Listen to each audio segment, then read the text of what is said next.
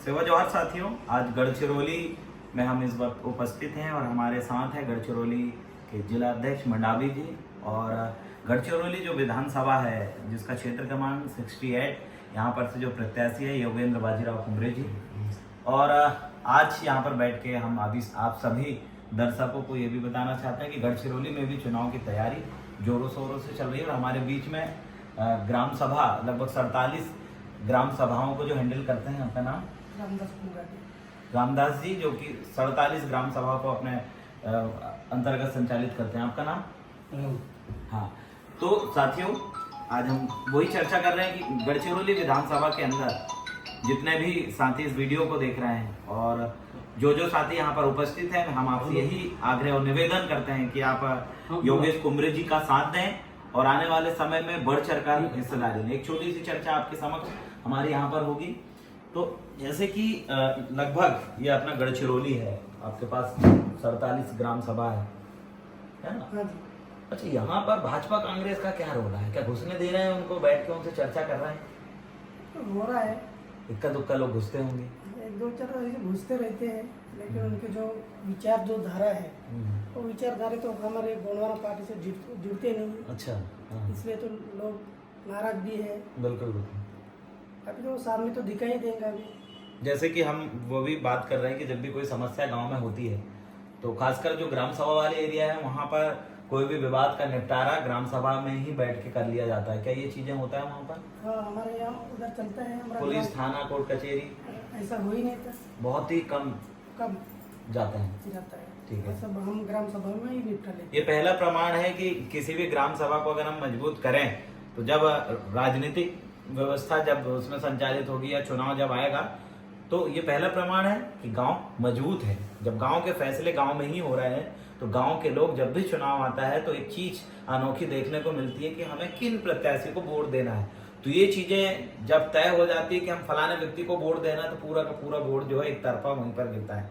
और गोंडवाना गणतंत्र पार्टी के अधिकृत प्रत्याशी हमारे बीच में है।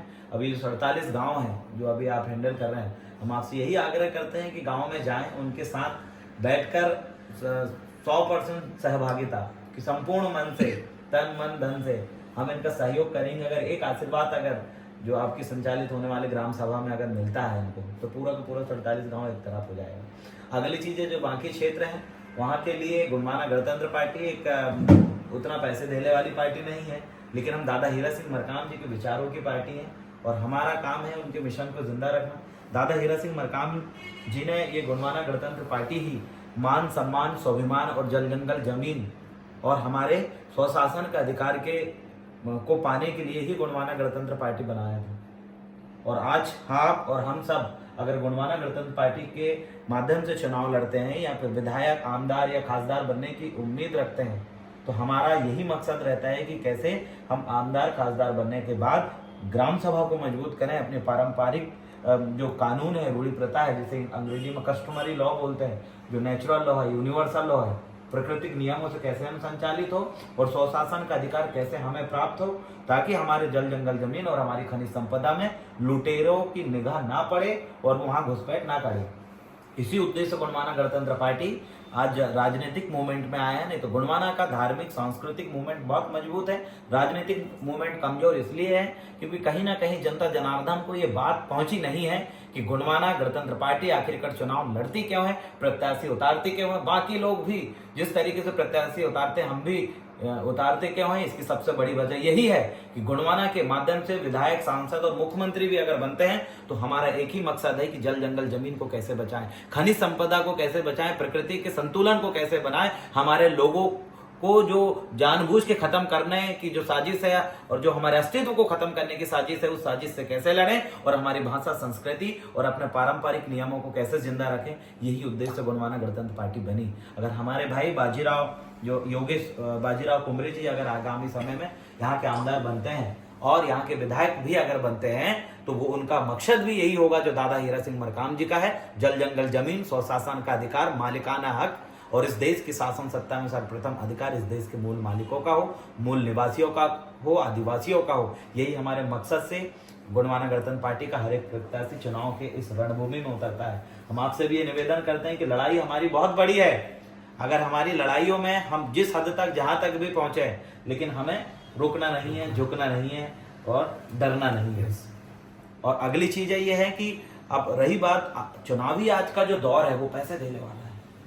मतलब सब जगह बड़ी बड़ी पार्टियां हैं, करोड़ों अरबों रुपए वो बांटते हैं, जनता को दारू उसमें मतलब भारी भरकम पैसा खर्च करके खरीदने के उसमें होंगे, लेकिन हम उनके पैसे से लड़के जीत नहीं सकते। लेकिन हाँ, हमारे पास विचारधारा है, हमारे पास हमारा अपना मिशन है, हम उसको लेकर जरूर हम उनसे जीत सकते हैं। क्योंकि एक तरफ पैसा और एक तरफ हमारा मिशन, तो मिशनरी व्यक्ति ऐसे लाखों रुपए और ये सारी चीजें जो है त्याग देता है। तो हमारी जनता जनार्दन भी वैसी है।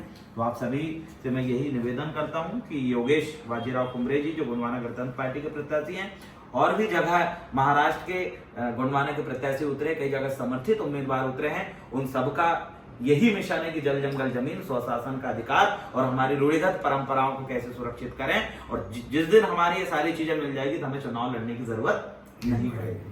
तो इसीलिए हम सभी चुनावी मैदान में बढ़ के डट के हम आए हैं। और जितने भी प्रत्याशी आज खड़े हुए हैं, जो लोग मेरे वीडियो को देख रहे हैं, गोंडवाना गणतंत्र पार्टी से चुनाव के मैदान में उतरे उन तमाम कार्यकर्ताओं तक इस वीडियो को शेयर करें और उनको बोलें कि दादा हीरा सिंह मरकाम का ये स्वशासन मान सम्मान का जो मिशन है, जल जंगल जमीन का जो मिशन है, उसको जरूर कामयाब करेंगे। ऐसी आशा और उम्मीद के साथ मैं देवरावन बलावी और हमारी गढ़चिरौली के मुखिया गणों के साथ आपके समक्ष बहुत बहुत धन्यवाद। जय सेवा, जय जोहार, जय गोंडवाना।